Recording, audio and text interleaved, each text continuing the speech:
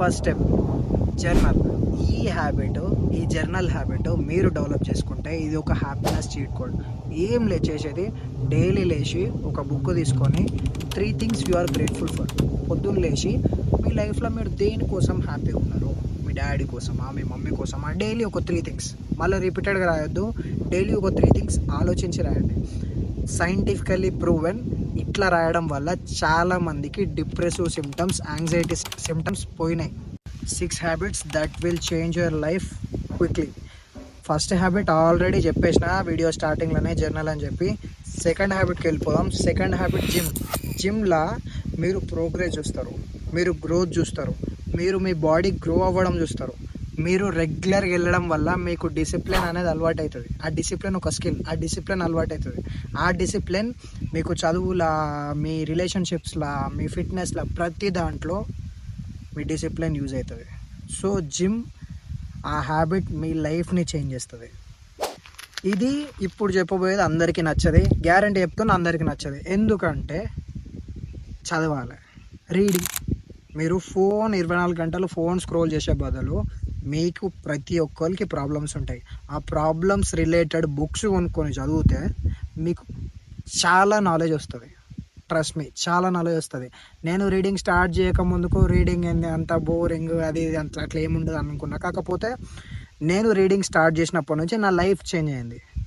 నేను ఆ ఆర్థర్స్ తోటి మాట్లాడుతున్నా, అంటే లైక్ వాళ్ళు నాకు చెప్పినట్టు నాకు ఇంకా ఆ రీడింగ్ వల్ల మన బ్రెయిన్కి ఇంకా కొత్త కొత్త థాట్స్, కొత్త కొత్త ఐడియాస్ జనరేట్ అవుతాయి. సో రీడింగ్ 100%గా మీ లైఫ్ చేంజ్ చేస్తుంది. పక్కా మీ షెడ్యూల్లో ఇంక్లూడ్ చేసుకోండి. నేను ఒక 1 month నుంచి, 1 month కాదు, ఒక 3 months నుంచి నేను మెడిటేషన్ స్టార్ట్ చేసిన. మెడిటేషన్ చాలా ఇంపార్టెంట్.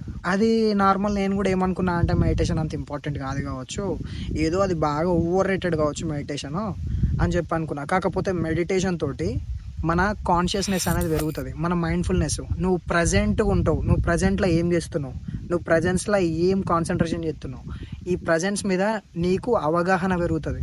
సో నేను మెడిటేషన్ చేసినప్పటి నుంచి నేను జంక్ ఫుడ్ తినే హ్యాబిట్ కూడా నాకు బంద్ అయింది. నేను ఫుడ్ తింటే ఆరైట్ ఇది తినొద్దు అని చెప్పి మనకు కాన్షియస్నెస్ అనేది స్టార్ట్ అవుతుంది. ఇంకొకటి, మెడిటేషన్ తోటి నా స్లీప్ ఇంప్రూవ్ అయింది, నా ఫోకస్ ఇంప్రూవ్ అయింది, నా కాన్సన్ట్రేషన్ ఇంప్రూవ్ అయింది, నా హ్యాపీనెస్ ఇంప్రూవ్ అయింది. ఈ 2 హ్యాబిట్స్, లాస్ట్ 2 హ్యాబిట్స్ నా లైఫ్ని చేంజ్ చేసినాయి. ఒకటి, లో screen time, phone screen time తక్కువ చేసిన. సెకండ్ ఏంటంటే క్విట్టింగ్ షుగర్ క్విట్ చేస్తే మన ఇన్సులిన్ లెవెల్స్ పైకి అవుతాయి. దానివల్ల డిప్రెషన్, యాంగ్జైటీ ఇట్లాంటి సిమ్టమ్స్ కూడా వస్తాయి. నేను షుగర్ బంద్ చేసిన.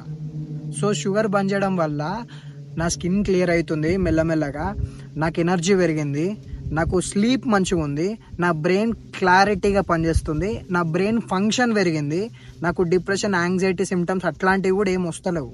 షుగర్ తింటే ఏంటంటే మన లెప్టిన్ హార్మోన్ పెరుగుతుంది. ఆ లెప్టిన్ హార్మోన్ పెరిగినప్పుడు నువ్వు ఓవర్ ఈటింగ్ చేస్తావు, నువ్వు కడుపు ఫుల్ అయినట్టు నీకు ఫీలింగ్ రాదు. సో నేను షుగర్ ఎప్పుడైతే బంద్ చేసినో, నేను లిమిట్గా తింటున్నా, నేను మ్యాక్స్ ఫ్యాట్ లాస్ అయినా. షుగర్ వల్లనే నేను ఫ్యాట్ గెయిన్ అవుతున్నా. ప్రతి ఒక్కళ్ళు షుగర్ వల్లనే ఫ్యాట్ గెయిన్ అవుతారు.